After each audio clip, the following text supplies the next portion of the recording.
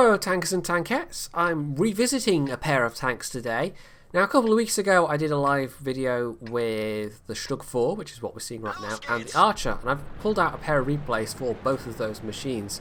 But of course, this being from replays, I've been able to cherry pick some good ones, so it's not necessarily representative of the vehicles as a whole, but these were both better games than the ones I played live, and obviously I've had a couple more games in them both since those 2 or 3 weeks have passed, so I feel I know a little bit more about those machines now.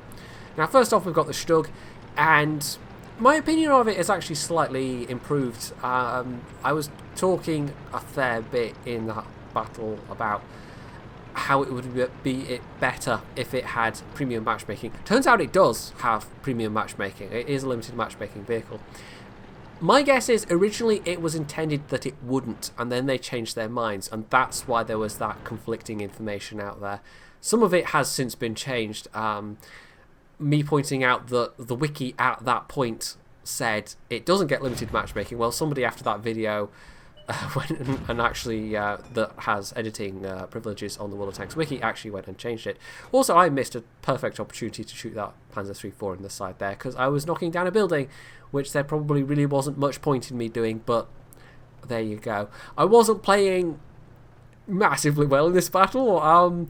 It was an okay battle. I think you get to see what the StuG can do, and this is a tier 6 battle. But as with a lot of the premium vehicles, because it doesn't have the gun of the StuG III, you can't be aggressive that you maybe necessarily could be at times with the StuG III. Now, of course, the StuG III has got, I think, pretty much the same armour.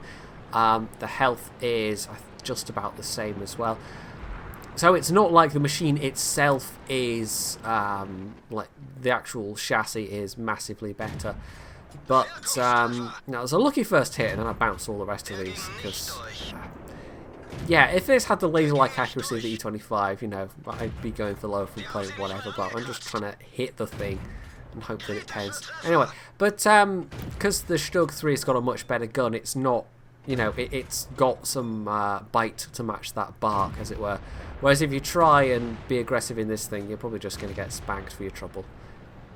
So I'm being fairly cautious. I'm staying on this mid-ridge line.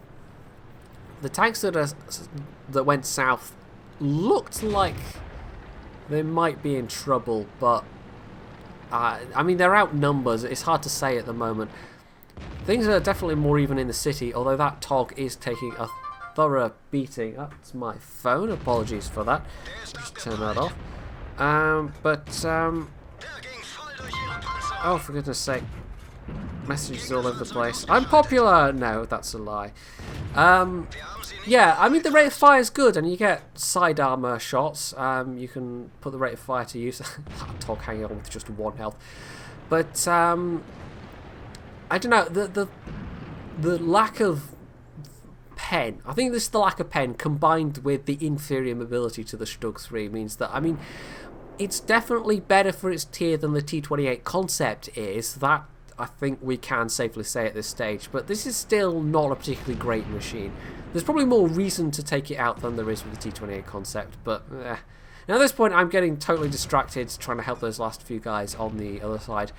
I probably should have still been facing north, because I probably would have had side shots on things. I would have actually been able to do damage, which would have been more use to the team, because the shots I was trying to take there was very little to actually shoot at, and it was like bits of turrets.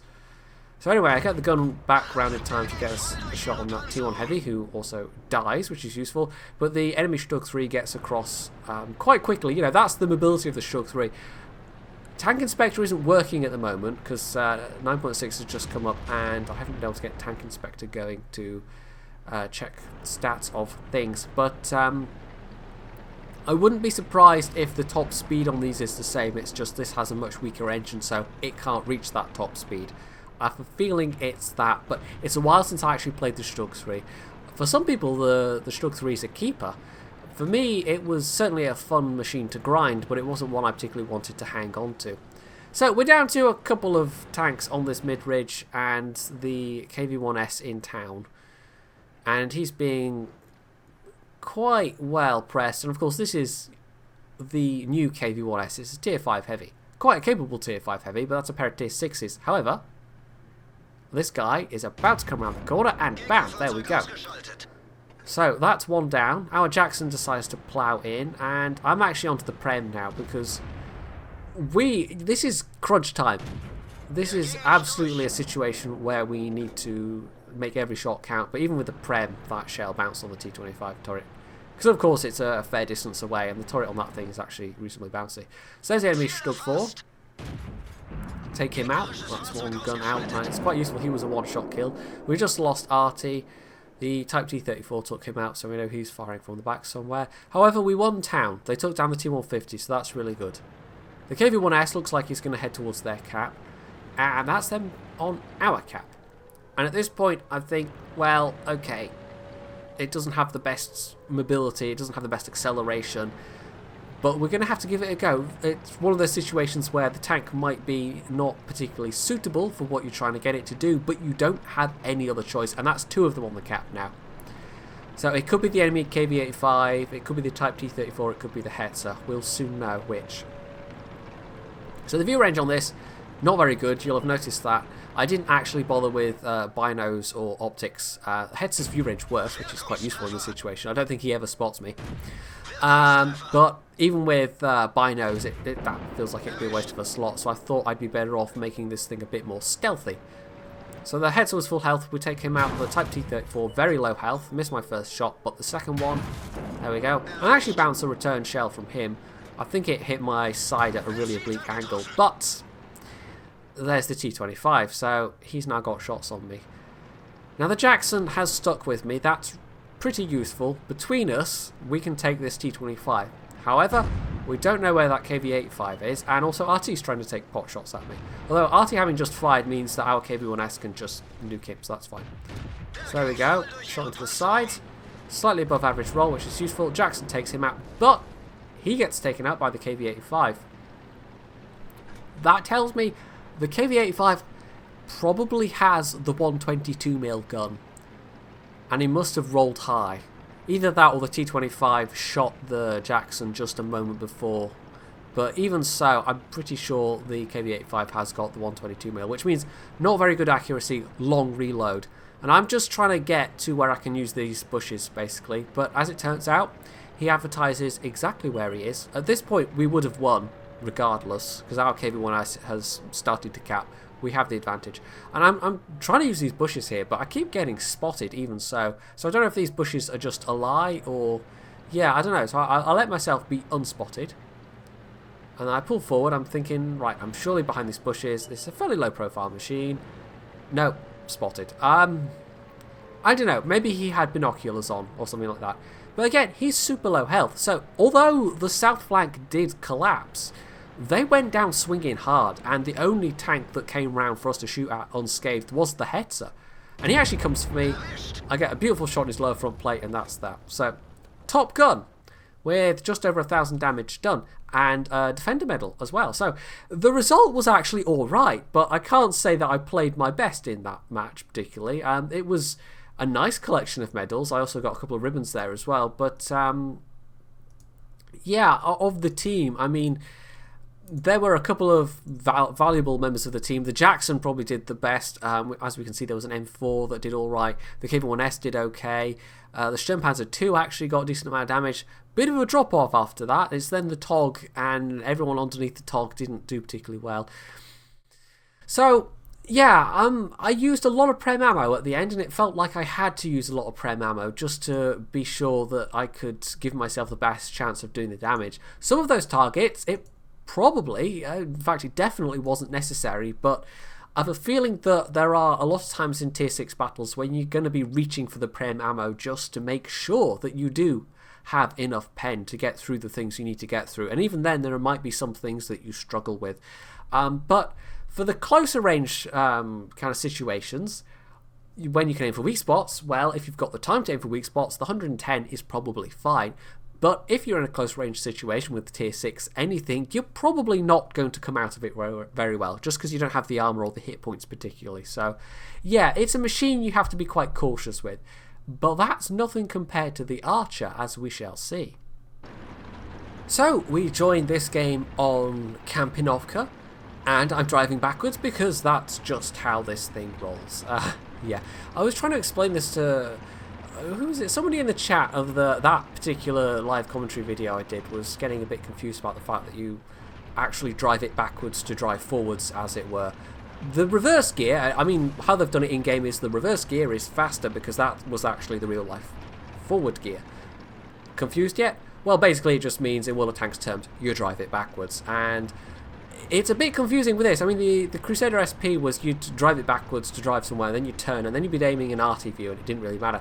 But in this thing, it can be a bit mind-boggling sometimes, because you're dealing with not only your regular forward controls, but then when you're driving, you have to be using the backwards controls.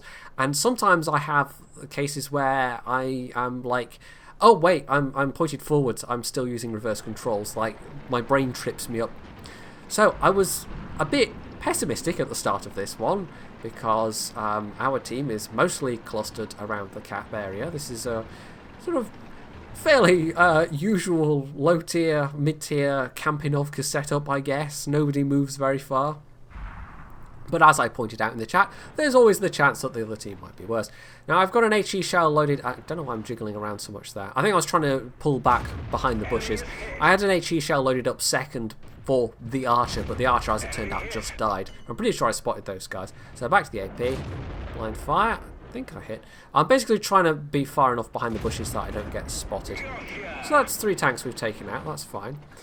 But yeah, as I found out after doing the last video, the Archer's armour is horrifically bad. It's 20mm all round, even on the hull. HE will wreck this, and that is, to put that in context, that's almost as bad as the flak bus. We're talking those levels of armour. So most HE will hurt an Archer. So if you see one of these and you have an HE shell available, you know, to load up, then go for it. You will wreck his day, unless it's me driving it, in which case you should definitely shoot something else entirely. So the Archer is the kind of tank destroyer I don't like. My opinion on this hasn't particularly improved. The gun is great, but getting the circumstances where you can sit back and use the gun doesn't happen very often. And this battle it represents those ideal set of circumstances. And actually, you're going to see a bit later on as well, the team especially, like, I could not have done it on my own in the Archer. It required a fair bit of help from my teammates. And that's something you definitely can't rely on in World of Tanks. Now, that would be easier if you were platooning up, and I suppose that would not be a bad idea if you're trying to grind the Archer, is platoon up with somebody in a heavy tank or something.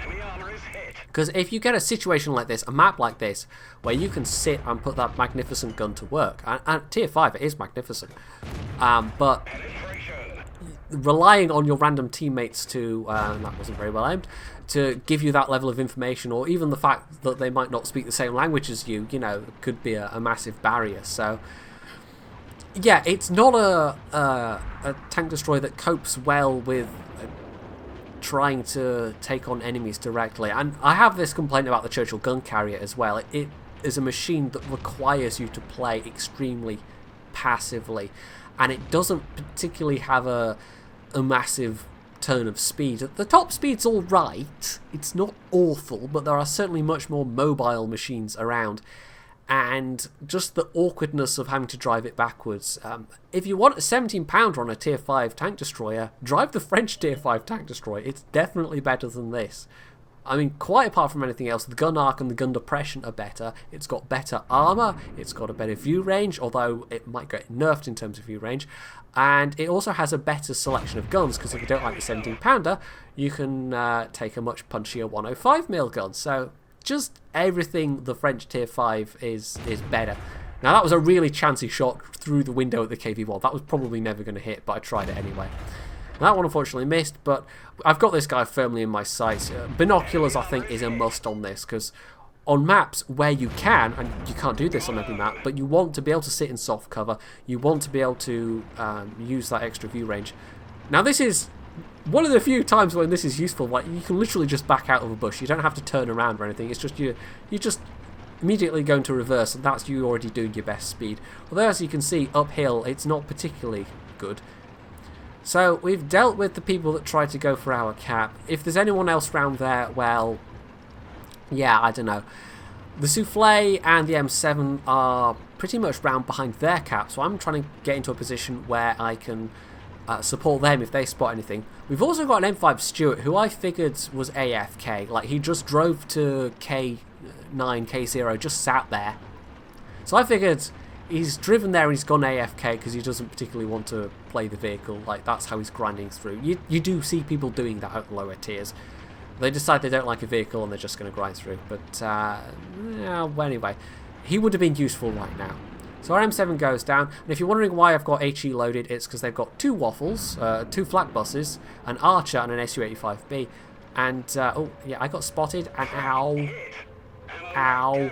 You really can't afford to take many hits in this thing, and that was the one hit I could afford to take. But yeah, our StuG also stayed, I almost said stayed, our StuG stayed reasonably close to our cap, so although there's one on the cap, the StuG can probably deal with it. But yeah, of the low armoured things I could have shot at, actually the SU-85B probably had the most chance of bouncing or not being penned by an HE shell out of the 3, even though it's the lowest tier. So you can see that the gun depression on this is actually not that bad. For a tank destroyer, it's not awful. I certainly think, there we go, that's one of the archers down, the guy that was capping, so that's good. The rest all just seem to be at their base, as far as we can tell. Oh, nice. And I'm just being ultra cautious now. I can't afford to take another hit, so even though I'm behind bushes, even though there's kind of multiple bushes in the way, I'm still, oh yeah, good plan there. I'm just going to be cautious and stay in cover, and I'll just knock over a tree and tell them where I am. I tried a blind shot on the T28 because I didn't have a silhouette, and I'm not quite sure where he was, but I had a brief flicker of a silhouette after I fired. I don't think I would have had a shot on that guy anyway. But this is the point where that communication becomes key. We've taken out a couple of those guys. We know where the Matilda was. There's an SU-85B and a Matilda 4 still extant somewhere. And I'm at this point saying, you know, someone that's still watching this, can they confirm, is this guy botting? Is he just AFK? The M5 Stuart, that is. Because at this point, a scout would be really useful. And it turns out, no, he is actually in the battle. He's just been sitting in there in that corner for the last, what, 8 minutes? Doing diddly squat? And finally he moves when somebody calls him out. But I have zero confidence in this guy at this point. The fact that he's been in that corner the entire battle. You know, we could really use a fast tank right now. But no, okay. Anyway, the Souffle's on the flank there. The StuG's moving along that shoreside area, and I'm just trying to use my my binoculars. And this is a point where they're communicating. We're all communicating now. I don't know if the StuG could understand what we're saying, but myself and that Panzer Souffle, the flak bus, he said, you know, want to go and attack together? Well, he's still got full health, and that's going to be important. And he's actually got better mobility than I do as well, because he doesn't have to turn his whole damn tank around to fire his gun. Because if I go forwards, which is actually reverse, I go about, what, 10, 12 kph? So no chance of actually getting to cover if I get spotted. I can maybe take one hit before I die. It depends what fires at me and what they fire at me with. And I'm also pointing out at this stage that there's no need to be precipitous. We don't have to rush in. There's still over 5 minutes to go. We know where they probably are. In fact, we know where the Matilda last was. And oh, hello. Wow, he's been unspotted the entire time. He's got some excellent camo. So he was probably the most dangerous one left, because he had good view range out of, you know, best view range out of all 3 enemies remaining. So now he's out the way. That's their eyes completely gone. But the fact that he was there for so long and not spotted, like that's camo net. That's full camo crew. That's, you know, anyway. Excuse me. So the Matilda 4, the Matilda can't kill me with just one shot, unless he's using a 3-inch howitzer. Even the 3-inch howitzer, crap though that is, could still one-shot me. But the Matilda 4, if he rolled high, if he was using HE, could one-shot me. The SU-85B, I'm pretty sure, could have one-shot me. So I'm still not eager to rush forward here, because even if it's even if neither of them get lucky, even if the Matilda's just using his regular 2-pounder with the Little John, if they both hit me at once, I've still had it. So it's a bit mercenary letting my teammates go in and spot. And the Steward has finally deigned to join us, by the way. It's very nice of him. But that's not what the Archer is good at, is driving forwards to face enemies. You have to rely to an absurd degree on your teammates actually spotting for you. And that, again, is true of the Churchill gun carrier. You can do very little of your own spotting. You can afford to be aggressive in very, very few situations indeed. Like, most of the time, that will just get you killed. And even getting spotted and shot once took 2/3 of my health. So the Archer is not a tank where you can ever really afford to do anything except this. And it's a bit boring. So that Matilda 4, no idea where he is. Our Stuart could potentially whiz around and find him. I suspect he must have gone along the shoreside path on the southern flank. But our Matilda, who is quite happy to come forward and farm some cap points, basically did nothing else for this battle. He was, yeah, not really a credit to the team. And yeah, we're capping, but honestly, I don't think it was the wrong thing to do there. I mean, rather than hunt out that guy with our low health tank destroyers, because the Stuart clearly wasn't willing to do it, just capping was, I suspect, the quicker and the better plan of action there. So that was actually an ace tanker. And I had one blind hit on top of the damage that I had on the clock, so it was 2,143. I had a high caliber medal, I had a top gun there, again, I mean both these games were top guns, but this was unquestionably a better game than the StuG, and I'd like to say I played better. I played more towards the strengths of the vehicle, let's put it that way. So, although I can't say I had a particularly fun match, it was still unquestionably the most effective way to play it, and it did work out. But it was also the fact I was able to have that bit of communication with our team in the end there, and the fact that our team were actually spotting. Not a lot of them were doing a great deal of damage, but they were at least spotting, and that was allowing me to do the damage. So I had by far the most damage on the team, and by far the most kills on the team, but I couldn't have done that alone. That still was a team effort at the end of the day. You might look at the results screen and think, wow, that was a carry by me. I could not. No. That was a team effort. It definitely was. That Stuart, by the way, 0 damage. He had nothing but cap points, and he's still more than halfway up the team. So, yeah, everybody that sat near the cap circle, which was about 2/3 of the team, just got wiped out, basically. Some of them did some spotting before they died, but yeah, that's why you don't do that. Maybe 2 or 3 tanks on Kampinovka defending the base at most, but it's not a good position to be. So, yeah, there we go. The Archer. I am not really going to have many regrets when I sell this thing. It's not especially good. I mean, I guess that's the price you pay for having that gun at tier 5, but there are, like I've said, there are better tanks. There is one better tank that has that gun, also at tier 5, that's been in the game much longer, and there are far fewer downsides to using the S35CA than there are the Archer, so I would take that over the Archer any day. But at least it's not that much XP to get to the Achilles, I suppose. But yeah, no, it's not a particularly good machine. I can see why it's getting a reputation as being a not particularly good machine, just because it forces you to be so passive.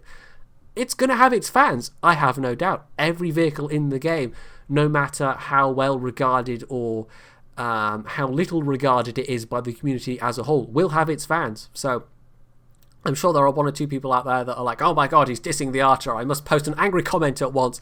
Just because you like a vehicle doesn't mean it's a good vehicle, necessarily. I really like the AMX-40, but I could not in good conscience say that it's a good vehicle, even though I occasionally, jokingly, infer otherwise. But, yeah, no, I don't think the Archer particularly is, so there you go. So if you enjoyed this pair of replays, you can hit the like button, you can leave any comments below, you can subscribe to my channel, and as always, stay tuned for more.